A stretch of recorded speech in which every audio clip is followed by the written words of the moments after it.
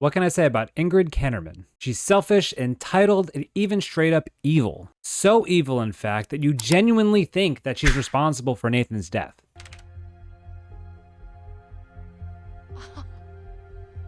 Forgot to kill your boyfriend?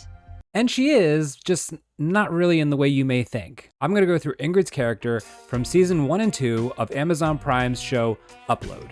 And hopefully I'll be able to convince you that she is low-key the most in-depth character. So from this point on, be prepared for the spoilers, you have been warned. So if you haven't watched it, first off, what are you doing here? Second, go watch the show, come back, or if you like me and you like spoilers, stick around and I'm gonna show you why Ingrid Kannerman is actually the low-key best character in Upload.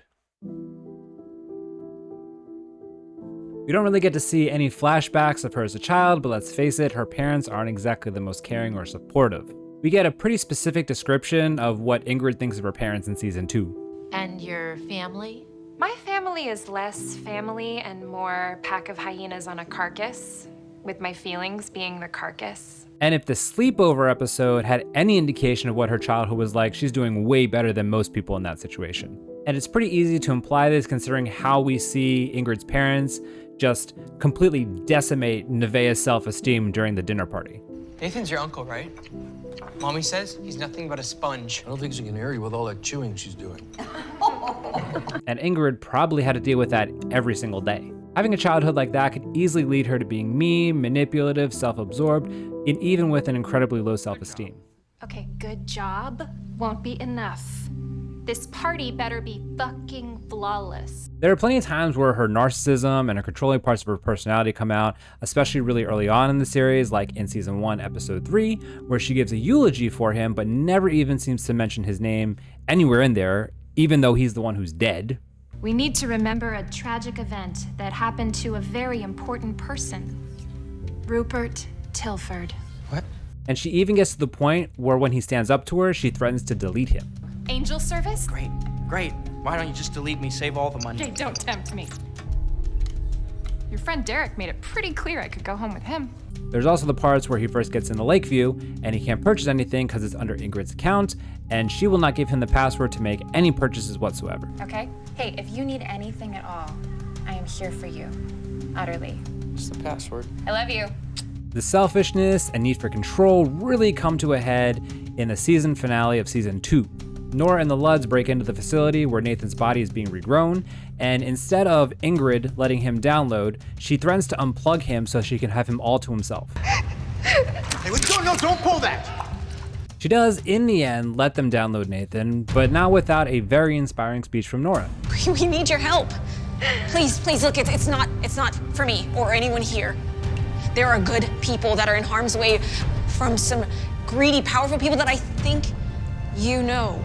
Now we get to the last scene we see of Ingrid in the entire series, where she is now taking a lock of his hair to, I guess, try to make him another body, and I really, really hope they don't turn her into the crazy girl at this point. Don't worry, Brownie. It's gonna take us a tiny bit longer than we expected, but I'm a really good mommy. And I've got you. And nobody is gonna stop us. Especially Norma. But I will digress from that and might be in a future video. You know I'm gonna have a family of my own one day. Yeah. And I'm gonna be the mother that I never had. We all know she has parental issues, the kind that, you got daddy and mommy issues, but in this case, she has both. She is absolutely desperate to be a better parent than both of her parents, and going as far as to pressuring Nathan for multiple episodes to have a digital baby with him. It's an opportunity for Uploads to experience the joys of parenthood. Right, Nathan? But even after all that, we do get this nice clip at the very end of the episode where they kind of talk it out. Maybe you aren't crazy for wanting a digital baby. Yeah? Yeah. She coincidentally, or by plot device, guessed the chance in episode 4 Family Day of season 2, where Lakeview introduces a new service where residents are able to have an NPC baby. Ingrid obviously tries to go about this even without the permission of Nathan. Ingrid opts for getting the free trial, and I'm really glad they did not spend a whole lot of time on this AI baby because it is really unnerving. They basically copy and pasted the face of AI guy onto a baby. Ugh. And again, I will digress from that. Once she starts taking care of the free trial AI baby, it is clear off the bat that she is really not good at it. I mean, she really struggles. Even the AI baby is like, well, you're not really good at it.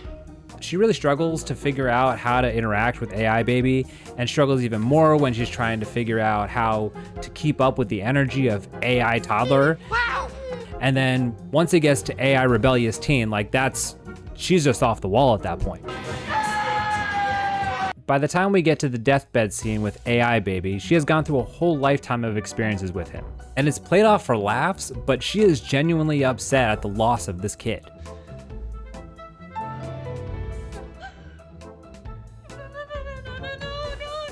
To me, that speaks volumes on how much she wants to be a good mother, even if it's just for a digital baby. On the surface, Ingrid seems really cold and selfish, but between Nathan and the AI baby, she forms these deep bonds with people and really cares for them. That you have spent a long time with no end in sight doing something uncomfortable out of love. Even with all these issues that she has, she is a genuine human being with genuine emotions and depth and complexity. I mean, just going back to the example of when her parents were cruel to Nevaeh, she stood up for her almost immediately and told her parents to get out. Okay, you know what? Get out.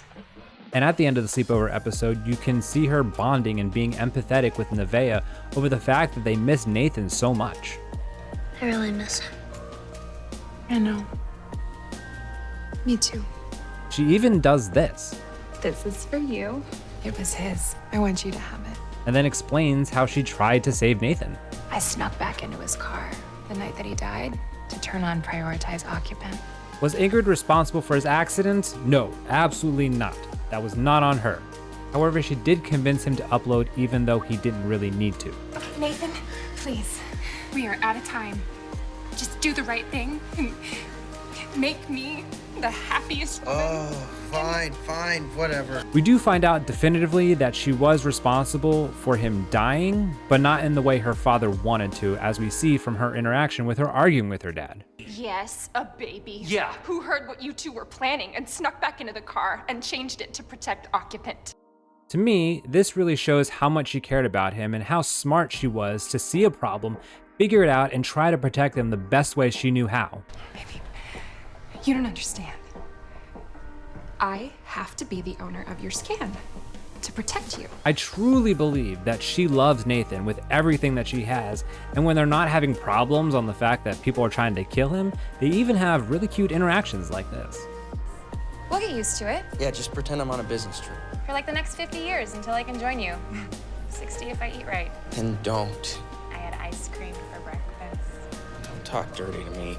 By the end of season 2, she's been portrayed as self-absorbed, manipulative, and evil, but then is shown to actually be sweet and empathetic and cares for others. Nora's speech worked on her because she does care about people and she cares about other people's lives and doing the right thing. But I know you're a good one who will help us, so help us. I believe that Ingrid is really the most realistic character who struggles internally between what she wants and what's right. And honestly, she is by far the most in-depth, layered person in the entire series. If you disagree, let me know in the comments below. You tell me who you think is better than Ingrid. Thank you for sticking around this far. If you want another character breakdown from Amazon Prime's Upload, let me know in the comments down below. See ya.